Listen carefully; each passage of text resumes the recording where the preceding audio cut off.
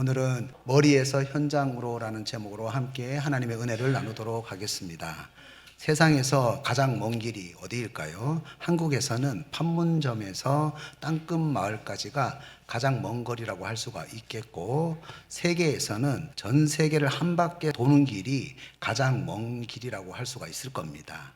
그런데 많은 신앙의 선배들은요, 이렇게 말을 합니다.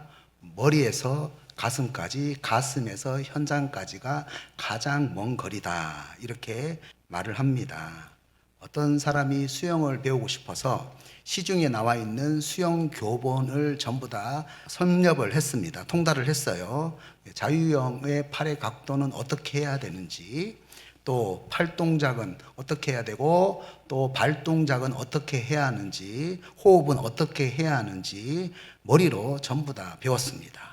누가 물어보면은 수영에 대해서는 박사처럼 설명을 아주 잘합니다. 그런데 이 사람을 깊은 강물 한가운데다가 딱 떨어뜨려 놓으면 어떻게 될까요? 수영을 못하게 됩니다. 단 1m도 나가지 못하고 허우적거릴 가능성이 정말로 크지요.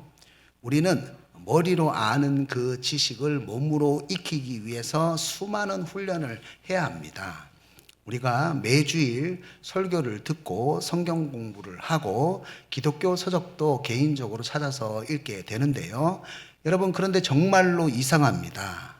머릿속에는 아는 말씀이 정말로 많은데 삶의 거친 파도가 몰아치는 그런 현장에 서게 되면은 그 말씀들이 하나도 생각이 나지 않고 또 그 말씀이 힘을 쓰지 못할 때가 정말로 많습니다. 성경을 너무나도 많이 알고 있는데 삶의 현장에서는 단 한 줄도 적용하지 못하는 시대에 우리는 살고 있습니다. 성경 지식은 정말로 많이 넘쳐나고 있어요. 그런데 세상에는 능력이 나타나지 않는 거죠. 왜 우리는 이렇게 성경에 대해서 너무나도 많이 알고 있는데 현장에서는 그 말씀대로 살아가지 못할까요? 그래서 지난주에는 하나님께서 머리에서 그 아는 지식을 현장에서 실천할 수 있도록 광야에서 황무지에서 우리를 훈련하신다라고 말씀을 드렸습니다. 오늘은요, 지난주에 이어서 머리에서 가슴으로, 가슴에서 현장으로 나가기 위해서 우리가 통과해야 하는 그런 과정이 있다, 훈련 과목이 있다라는 것을 좀 더 세부적으로 한번 나누어 보려고 합니다. 오늘 본문은요, 나면서부터 맹인된 사람이 치료가 된 다음부터 일어난 사건인데요. 여러분, 그런데 이 맹인이 고침을 받았던 그 날이 언제였습니까? 바로 안식일이었습니다. 여러분, 유대인들은 안식일을 지키기 위해서 미시나라고 하는 구전율법의 39가지의 금지 조항을 만들었습니다. 그래서 안식일에는 절대로 먼 거리를 이동하면 안 됩니다. 불을 피우는 것도 안 됩니다. 심지어 떨어진 이삭을 줍는 것도 안 되고 반죽을 하는 것도 되지가 않습니다. 여러분, 하나님께서 우리에게 안식일을 주신 이유가 무엇입니까? 여섯 동안 세상을 따라가던 걸음을 멈추고 창조주 하나님 안에서 안식할 때에 죽어가는 생명을 살리고 돌보는 다스림의 권세가 우리의 삶에 회복하라고, 생명을 올바르게 다스리라고 회복하라고 우리에게 안식일을 주셨습니다. 하나님 안에 안식할 때에, 진짜 하나님 사랑할 때에 이웃사랑이 우리의 삶에 회복되는 거죠. 다스림의 권세가 회복이 되는 거죠. 그런데 오늘 본문에서 바리새인들은요, 16절을 보면은 자기들이 만들어 놓은 안식일의 그런 형식, 그런 미시나의 금지 조항을 지키지 않았다고 하면서 예수님이 하나님께로부터 온 자가 아니다, 이 말은 무슨 의미냐면은 메시아가 아니다, 이렇게 말하면서 예수님을 부인하고 예수님을 정죄를 하고 있습니다. 지금 맹인이 완전히 회복되었다는, 생명이 회복되었다는 사실에 대해서는 전혀 관심을 가지지 않고 자기들이 만들어 놓은 형식, 방법론, 여기에만 관심을 가지고 있습니다. 사실 우리들도 신앙생활을 오래 하다 보면은요, 바리새인들이 자기들만의 율법 조항을 만들어 놓는 것처럼 나만의 신앙의 매뉴얼이 생길 때가 있습니다.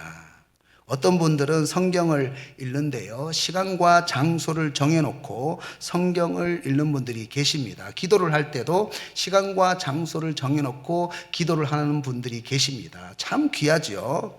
그런데 어떤 분들은 그렇게도 하지만 일터에서 잠깐 쉴 때에 이 스마트폰으로 성경을 보고 기도를 하시는 분들이 계십니다.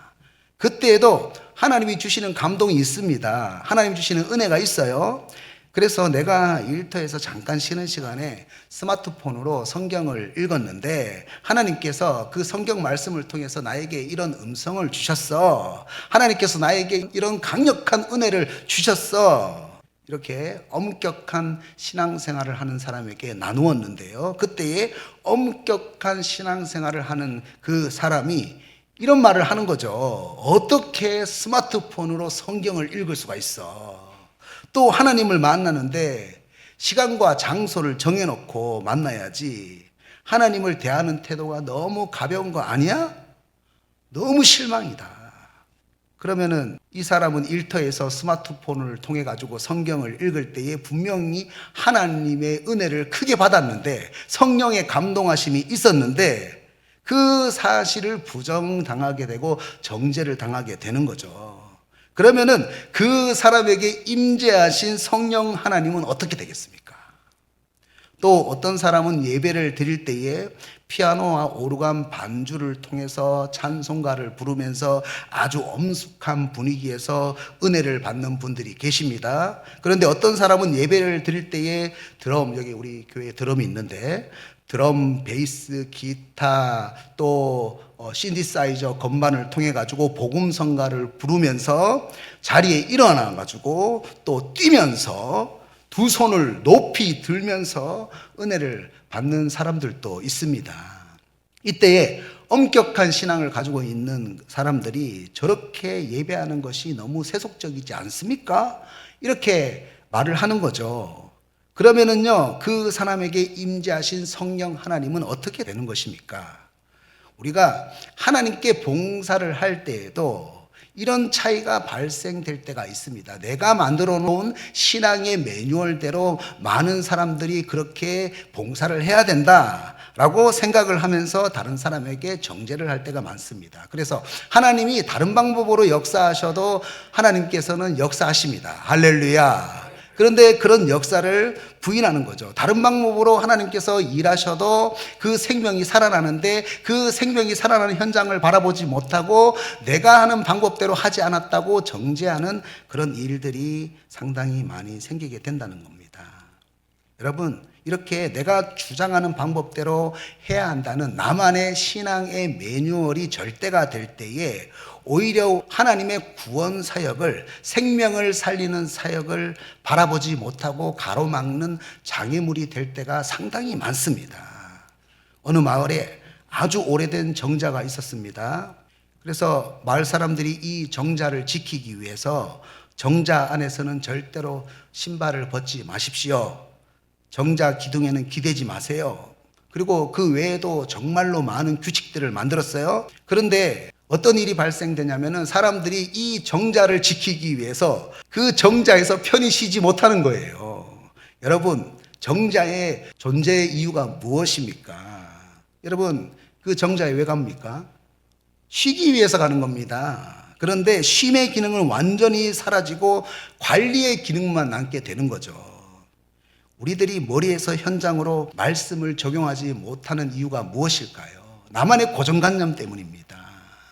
나만의 고정관념을 가지고 하나님의 일하심을 제한하기 때문에 우리가 우리의 삶의 현장에서 머리에서 현장으로 나아가지 못할 때가 많다는 겁니다. 머리에는 내가 생각하는 규칙과 방법과 원칙만 가득하니까 하나님이 일하시는 방법까지도 내가 생각하는 규칙과 원칙으로 제한을 하게 되는 거죠. 그래서 하나님께서 분명히 다른 방법을 통해서도 생명을 살리시는데도 불구하고 정죄를 하고 판단을 하게 되는 거예요. 현장으로 나아가지 못하게 되는 겁니다. 이것이 바로 오늘 본문의 바리새인들이 머리에서 생명을 살리는 현장으로 나아가지 못했던 이유입니다. 이제 18절을 보면은요, 유대인들이 진짜 맹인으로 있다가 보게 된 것이 맞을까? 이렇게 이제 의심을 하게 되는데, 그래서 이제 맹인의 부모에게 질문을 합니다. 맹인의 부모에게 어떤 질문을 합니까? 19절을 보면은 내 아들이 나면서부터 맹인이 된 것이 맞느냐? 만약에 나면서부터 맹인이 되었다면 어떻게 해서 지금 보게 되었느냐? 이렇게 질문을 하게 되죠. 그러니까 20절에서 맹인의 부모가 이렇게 말을 합니다. 내 아들이 태어나면서부터 맹인이 되었다는 것은 사실이다. 여기까지는 정말 대답을 잘했습니다. 좋았습니다. 그런데 이 맹인의 부모가 21절에서 뭐라고 말합니까? 그런데 지금 이 아이가 어떻게 해서 보게 되었는지는 모르겠다. 누가 내 아들의 눈을 뜨게 해줬는지는 모르겠다. 정말로 이 사실에 대해서 알고 싶다면 내 아들이 이제 성인이니까 내 아들에게 한번 물어봐라. 이렇게 얘기를 합니다. 여러분, 맹인의 부모가 정말로 몰랐을까요? 맹인의 부모는요, 어떻게 해서 아들이 눈을 뜨게 되었는지 다 알고 있었습니다. 그러면은 이 자리에서 예수님이 우리 아이의 눈을 뜨게 했습니다. 예수님이 메시아입니다. 이렇게 진리를 선포하면 되는 것 아닙니까? 그런데 맹인의 아버지는 진리를 외면했습니다. 여러분, 이 맹인의 아버지가 왜 진리를 외면했을까요? 22절에 나와 있죠. 유대인들이 예수 그리스도를 시인하는 사람은 출교하기로 결의했다고 그 사실에 대해서 알기 때문에 무서워서 부인을 했어요. 여러분, 당시 유대 사회에서 출교를 당한다. 이것은 단순히 지금 교회에 못 나간다. 이것과는 완전히 의미가 다릅니다. 사회적으로 사형 선고와 똑같은 거예요. 여러분, 출교를 당한 사람과는 2m 이내로 접근하는 것이 금지되어 있었습니다. 그래서 길에서 만나도 인사를 하지도 않았고요. 투명인간처럼 취급을 했어요. 여러분, 얼마나 외롭겠습니까? 또 출교를 당한 사람하고는 물건을 사지도 팔지도 않았습니다.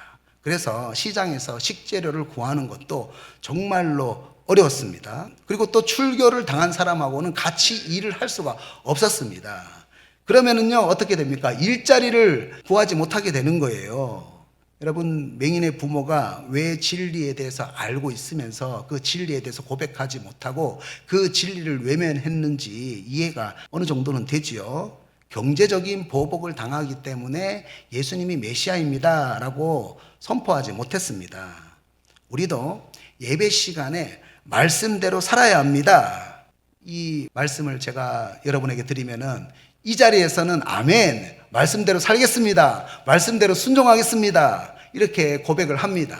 그런데 막상 내 삶의 현장으로 나갑니다. 내 삶의 현장에 나가서 말씀대로 살게 되면은요, 분명히 손해를 보게 되는 일들이 발생되는 거예요. 영적인 전쟁이 벌어지게 되는 겁니다. 예전에 제가 부교육자로 사역할 때에 예배 시간이 되면은 교회 주차장에 있는 차 주인들에게 전화를 해가지고 차를 이동 주차해달라고 양해를 구했는데요. 그런데 어떤 사람이 교회 주차장에서 차를 빼면서 당당하게 이런 말을 하는 겁니다. 교회가 말이야, 그러는 게 아니야, 이런 말을 하는 겁니다. 당시에 그 교회에서 지역사회에 주차장을 완전히 다 개방을 했거든요. 그리고 딱 예배 시간에만 좀 빼달라, 이렇게 분명히 양해를 구했는데도 그런 말을 하는 거예요. 여러분, 이때에 제가 싸울 수 있나요? 제가 목사이잖아요. 싸울 수가 있습니까? 싸울 수가 없잖아요. 마찬가지로 여러분 삶의 현장에서 그렇습니다.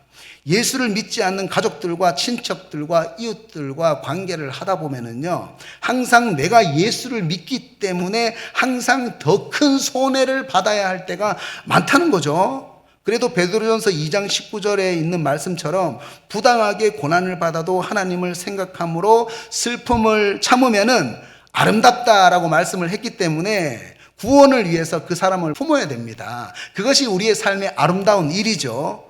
그런데 갑자기 그런 생각이 올라오는 거예요. 왜 나만 예수를 믿는다고 참아야 해? 왜 나만 바보가 되어야 해? 이렇게 내 마음 가운데 억울한 마음이 증폭이 되면서 분노가 폭발될 때가 있잖아요. 그러면은요, 머리로는 말씀에 아멘이라고 했는데 현장에서는 다시 세상의 방법이 그대로 나오면서 욱하면서 모든 아름다운 관계들이 파괴가 되는 거죠. 전혀 아름답지 못한 삶이 되는 거예요. 이것이 바로 우리가 말씀이 머리에서 현장으로 나가지 못하는 그런 이유입니다. 그런데 오늘 나면서부터 맹인된 사람은 어떤 모습을 보이고 있습니까? 여러분, 수많은 유대인들도 자기의 아버지도 진리를 외면하고 있습니다. 예수님이 메시아라는 사실을 외면하고 있어요. 그런데 이 맹인이 32절에서 이런 말을 합니다. 아주 놀라운 말이에요. 여러분, 이 말씀을 체크해 놓으세요. 창세 이후로 맹인으로 난 자의 눈을 뜨게 하였다 함을 듣지 못하였으니, 여러분, 이 맹인의 말은요 정말로 놀라운 말씀이에요. 여러분, 사실 구약 성경에 수많은 기적들이 있습니다. 홍해가 갈라지고 10가지 재앙이 나타나고 죽은 아들이 살아나는 놀라운 기적들이 구약 성경에 기록이 되어 있습니다. 그런데 신기하게도 구약에 맹인을 고쳤다는 이야기는 단 한 번도 나오지 않습니다. 그런데 시편 146편 8절에서 메시아에 대해서 이렇게 예언을 합니다. 여호와께서 맹인들의 눈을 여시며, 이사야 35장 5절을 보면은요, 메시아에 대해서 이렇게 예언을 합니다. 그때에 맹인의 눈이 밝을 것이며, 이사야 42장 7절에도 보면은요, 메시아에 대해서 이렇게 예언을 합니다. 내가 눈먼 자들의 눈을 밝히며.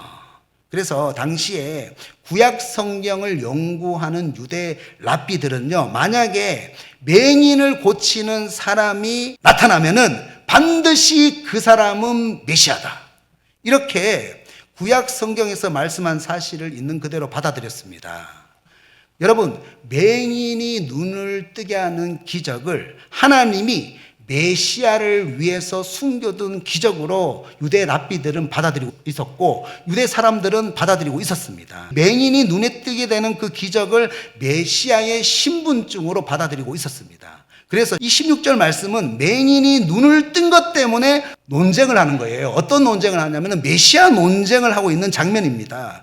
여러분, 한번 생각해 보세요. 다른 기적 가지고는 그렇게 맹렬하게 대립을 하면서 논쟁을 하지 않았는데, 지금 맹인이 눈을 뜬 것에 대해서는 메시아에 대한 부분이기 때문에 지금 유대인들 사이에서도 아주 민감하게 논쟁이 생기게 되는 거예요. 16절 초반절을 보면은 두 부류의 사람이 나오죠. 이렇게 얘기하죠. 안식일을 지키지 않는 것을 보니까 하나님께로부터 온 자가 아니다. 여기서 하나님께로부터 온 자가 아니다 라는 말은 메시아가 아니다. 그러니까 안식일을 지키지 않는 것을 보니까 이 사람은 메시아가 아니다, 이렇게 말을 하는 한 사람의 부류가 있고요. 16절 후반절을 보면은 어떻게 죄인인데 이러한 표적을 행할 수가 있느냐.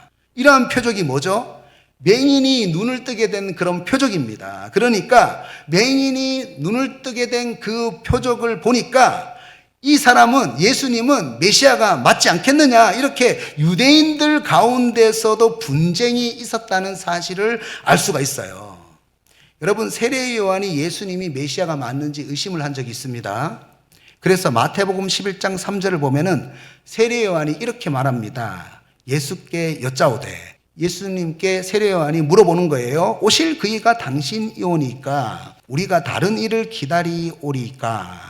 이렇게 세례 요한이 예수님이 메시아가 아닌가? 이렇게 의심을 하면서 질문을 했습니다. 이때에 예수님께서 뭐라고 했죠? 내가 메시아가 맞다, 이렇게 세례 요한에게 말해도 되지 않습니까? 그런데 예수님께서 4절에서 5절까지의 말씀 보면은 예수께서 대답하여 이르시되 너희는 가서 듣고 보는 것을 요한에게 알리되. 듣고 보는 것, 그게 뭡니까? 첫 번째로 5절에서 이렇게 말을 합니다. 맹인이 보며, 이렇게 제일 처음 맹인이 본다, 이렇게 얘기합니다. 그런데 세례 요한은요, 맹인이 본다라고 하는 그 보고를 듣고는요 아무 말도 안 합니다. 메시아라는 것을 인정합니다. 당시에 맹인이 본다는 것은요, 구약 성경에 예언되어 있는 대로 오직 메시아만 할 수 있는 표적이다. 구약에서는 한 번도 맹인이 눈을 뜬 적이 없거든요. 그런데 맹인이 눈을 뜬다고 하는 그 예언된 말씀이 있었기 때문에 맹인이 눈을 뜨면은 그 사람은 반드시 메시아다. 메시아만 할 수 있는 표적이다. 이렇게 받아들이고 있었어요. 그러니까 지금 맹인이 이 유대인들 또 랍비들에게 이렇게 말을 하는 거예요. 당신들이 맹인이 된 사람들이 눈을 뜨게 되면 그 사람은 메시아일 것이다 라고 가르쳤지 않습니까? 그래서 지금 맹인인 제가 눈을 뜨게 되었지 않습니까? 16절에서 당신들도 맹인이 눈을 뜬 것 때문에 메시아가 맞다, 아니다. 여기에 대해서 메시아 논쟁을 했지 않습니까? 그래서 30절에서 나는 그냥 맹인도 아니고 나면서부터 맹인이 된 사람인데 지금 눈을 떴습니다. 증거가 확실하죠? 메시아 증거가 너무나도 확실한데 이상합니다. 왜 이렇게 증거가 확실한데 예수님이 메시아라는 증거가 이렇게 확실한데 왜 믿지 않습니까? 그 사람이 어디서부터 왔는지 왜 알지 못합니까? 32절에서 나는 창세 이후로 나면서부터 맹인된 사람이 눈을 뜨게 되었다는 사실을 전혀 듣지 못했어요. 그런 사건, 구약 성경에 맹인이 눈을 떴다는 기적을 들어본 적이 없어요. 그래서 33절에서 이 맹인이 이렇게 결론을 내립니다. 이 사람이 하나님으로부터 오지 아니하였으면 메시아가 아니라면은 맹인이 눈을 뜨게 되는 일을 하지 못했을 겁니다. 여러분, 요한복음이 뭘 얘기하고 있습니까? 요한복음이 딱 한 가지 주제를 얘기하고 있습니다. 요한복음은 예수님은 성자 하나님이라는 사실을 증언하고 있어요. 그런데 하나님께서 지금 맹인을 통해서 예수님이 성자 하나님이 되시고 메시아가 되신다는 사실을 지금 말씀하고 있습니다. 여러분, 구약에 예언된 말씀을 알았던 랍비들도요, 맹인이 눈을 떴다는 것을 직접 목격했지 않습니까? 그런데 전혀 확신을 가지지 못했어요. 그런데 여러분, 어떻게 해서 이 맹인이 예수님은 메시아다라고 이렇게 확신을 할 수가 있었을까요? 여러분, 이것을 알기 위해서는 맹인이 예수님을 만났던 사건으로 돌아가야 합니다. 여러분, 나면서부터 맹인된 사람이 왜 예수님을 만나려고 시도를 했을까요? 맹인은 구약 성경 말씀에 예수님이 메시아라고 한다면은 반드시 맹인을 고친다고 예언되어 있다. 이미 말씀에 대한 믿음을 가지고 예수님을 만나려고 했습니다. 예수님이 지나가는 길목이 기다리고 있었어요. 그런데 예수님을 만났는데 이상한 일이 벌어집니다. 요한복음 9장 6절을 보면은 예수님께서 맹인을 고치실 때에 땅에 침을 뱉어가지고 진흙을 이겨가지고 그 맹인의 눈에 바르셨어요. 예수님께서 그냥 말씀으로 고쳐도 되지 않습니까? 말씀만 해도 고칠 수 있지 않습니까? 그런데 예수님께서 왜 이렇게 하셨을까요? 창조주 하나님께서 사람을 만드실 때에 무엇으로 만들었습니까? 흙으로 만드셨어요. 흙으로 사람을 만드시고 그 코에다가 생기를 불어 넣으셔가지고 사람을 만드셨습니다. 그러니까 예수님의 호흡이 담겨 있는 침으로 진흙을 이겨가지고 맹인에게 재창조를 선포하신 거예요. 그러니까 예수님께서 자기가 성자 하나님이라는 사실을 드러내기 위해서 이렇게 하셨습니다. 하나님께서 흙으로 사람을 만드시고 그 코에 생기를 불어넣은 것처럼 맹인의 그 눈을 고쳐주기 위해서, 회복시키기 위해서, 새롭게 창조하기 위해서 예수님의 호흡이 담긴 그 침을 뱉어가지고 진흙을 이겨가지고 맹인의 눈에 바르신 거예요. 이것은 무엇입니까? 예수님이 성자 하나님이라는 선포입니다. 또 유대 안식일 규정에는요, 반죽을 만드는 일을 엄격하게 금지를 했습니다. 그래서 성자 하나님이 되시는 예수님은 안식일에도 생명을 살리기 위해서 일한다는 그 사실을 알려주기 위해서 진흙을 이겨가지고 눈에다가 발라주셨어요. 예수님께서 안식일 날에 베데스다 연못에서 병자를 살려주셨는데요, 이때도 안식일 논쟁이 있었습니다. 이때 예수님께서 뭐라고 말씀하셨죠? 요한복음 5장 17절 말씀을 보면은 이렇게 말씀합니다. 내 아버지께서 이제까지 일하시니 나도 일한다 하시매. 그러니까 무슨 말입니까? 예수님께서 성자 하나님이 되신다라고 선언을 하시는 겁니다. 하나님께서 일하니까 나도 일한다. 그런데 여러분, 맹인의 입장이 한번 되어 보십시오. 예수님이 치미로 이긴 그 진흙을 맹인의 눈에 발라준 그 의미에 대해서 알겠습니까? 모르잖아요. 맹인의 후각이 얼마나 예민합니까? 침 냄새 나는 그 더러운 진흙을 눈에 바른다고 한번 생각해 보세요. 눈에서 가장 가까운 곳이 뭡니까? 코 아닙니까? 내가 맹인이라고 나를 무시하나? 왜 침 냄새 나는 진흙을 눈에다가 바르고 그래? 여러분, 이렇게 생각할 수가 있죠. 또 실로암 연못에 가가지고 씻으라고 하는데요, 앞도 안 보이는데 눈에는 진흙이 덕지덕지 붙어 있지 않습니까? 여러분, 막 그 실로암 연못을 찾아가지고 가는 길에 사람들이 뭐라고 하겠습니까? 눈도 안 보이면서 왜 눈에다가 진흙을 저렇게 발라놨지? 도대체 왜 저렇게 다니는 거야? 여러분, 우리가 말씀대로 살려고 작정을 했을 때에 주변에서 이런 소리를 듣습니다. 야, 너 그렇게 말씀대로 산다고 뭐가 달라지겠어? 신앙생활 좀 적당히 해라. 이렇게 사람들의 조롱을 온몸으로 받아내야 합니다. 맹인은요, 이렇게 사람들의 조롱을 온몸으로 받으면서 예루살렘 성 아래쪽에 있는 그 가파른 언덕길과 계단을 내려가야만 했습니다. 가다가 돌부리에 걸려서 넘어질 수도 있어요. 무릎이 깨지고 손바닥이 까일 수도 있어요. 여러분, 말씀에 순종하기 위해서 정말로 넘기 힘든 환경과 관계에 장애물이 있다는 거예요. 사람들이 조롱하고 또 가는 길이 너무 험하잖아요. 맹인으로서 너무 감당하기 힘든 환경과 관계의 장애물이 있었어요. 그런데 맹인은요, 예수님이 메시아라고 한다면은 구약 성경에 말씀하셨던 것처럼 반드시 내 눈을 고쳐주실 것이다.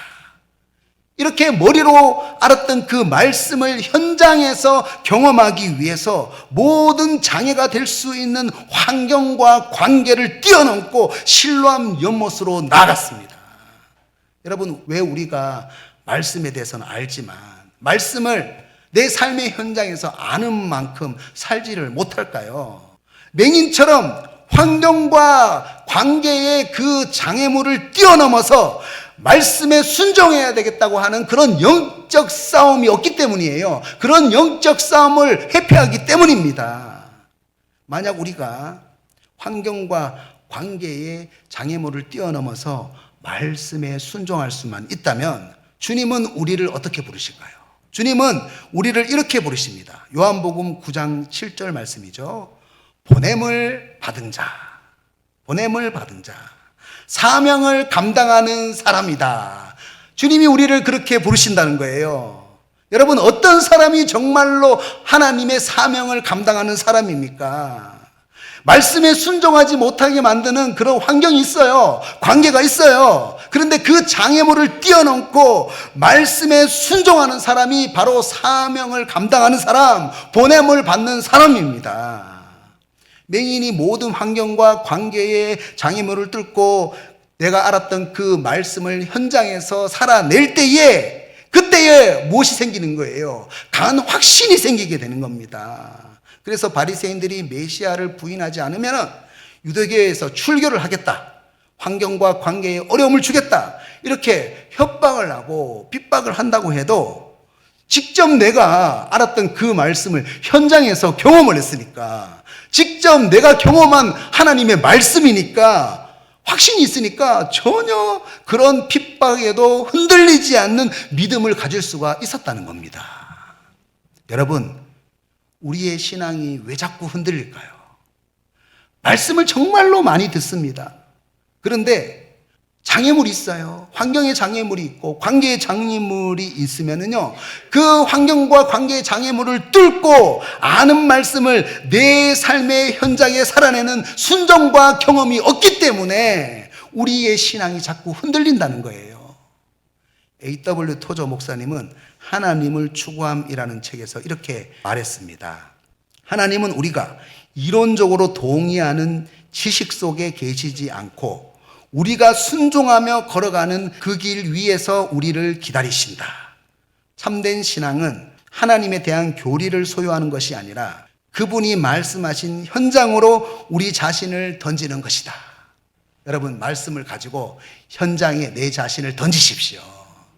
모든 환경의 장애물이 있잖아요. 관계의 장애물이 있습니다. 말씀에 순종하지 못하도록 여러분 사탄마귀가 여러분 환경 가만두지 않습니다. 여러분 관계를 통해서 여러분 마음에 불을 지릅니다. 그때 우리가 그 아는 말씀을 현장에서 살아낼 때에 사탄마귀가 떠나가는 거예요. 여러분 오늘 본문에는 머리에서 현장으로 가지 못하는 두 부류의 사람들과 머리에서 현장으로 가게 되는 한 사람의 맹인이 나오는데요. 오늘 본문에서 누가 진짜 맹인입니까? 머리에서 현장으로 가지 못하는 사람이 진짜 영적인 맹인이다 라고 오늘 본문은 고발을 하고 있습니다. 바리새인들은 자기가 만들어 놓은 전통과 형식이라는 신앙의 매뉴얼에 갇혀가지고 내 방법과 원칙을 넘어서서 역사하시는 성령님의 일하심을 바라보지 못했습니다. 그래서 내 고정관념 때문에 말씀에 순종하지 못하는 거예요. 생명을 바라보지 못하는 거예요. 머릿속에 있는 말씀을 생명의 현장으로 옮기지 못했습니다.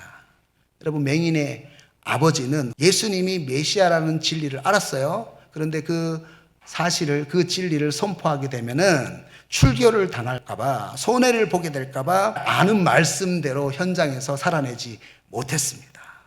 우리는 예수 믿기 때문에 구원을 위해서 손해보고 배려하는 일에 대해서 억울하게 느끼는 것이 아니라 아름답게 바라볼 수가 있어야 됩니다. 그래서 우리의 삶에 그 현장에서 환경의 어려움과 관계의 어려움이 있을 때에 모든 것을 말씀의 순종함으로 아름답게 만들 수 있는 믿음이 있어야 된다는 거예요. 그때에 하나님께서 우리에게 사명을 감당하는 자다, 보냄을 받은 자다라고 말씀하신다는 겁니다. 오늘 맹인은 예수님이 메시아라면은 구약 성경에 예언되어 있는 대로 나면서부터 맹인된 나도 고칠 수 있을 것이다. 이 말씀에 대해서 알았어요. 확신을 하면서 실로암으로 가야 되는 가파른 환경과 수많은 사람들의 조롱과 그 장애물을 넘어갔습니다. 우리들도 머리로 아는 말씀을 현장에서 살아내지 못하게 만드는 모든 환경과 관계의 장애물이 있습니다. 그것을 넘어가야 됩니다. 넘어가야 됩니다. 영적인 전쟁을 해야 돼요. 그럴 때에 우리가 머릿속에 아는 그 말씀이 가슴에서 현장에서 살아내는 말씀으로 우리에게 역사가 될 수가 있다는 거예요. 하나님은 지금 또 우리의 삶 속에서 역사하고 계십니다. 우리의 머리에만 역사하는 것이 아니라 우리의 가슴에만 역사하는 것이 아니라 우리의 삶 속에서도 일하고 계십니다. 오늘 이 시간 이 말씀을 마음에 깊이 새기시고 머리에 있는 그 말씀을 가슴에 있는 그 말씀을 현장에서 살아내시기를 주님의 이름으로 축복합니다.